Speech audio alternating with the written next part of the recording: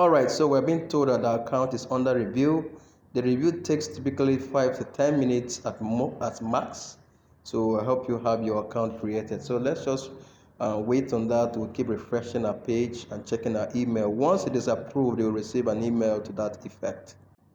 Great. So from our email, we have just been approved. So we're going to just refresh our page again to see if that is done. Now you can see that our account has been verified. That was barely around 2-3 minutes that our account has been verified. So this is how you can create and also verify your Grey.co account. And the next phase, we are going to be getting our bank details that we'll be using for the purposes of logging into the Amazon platform.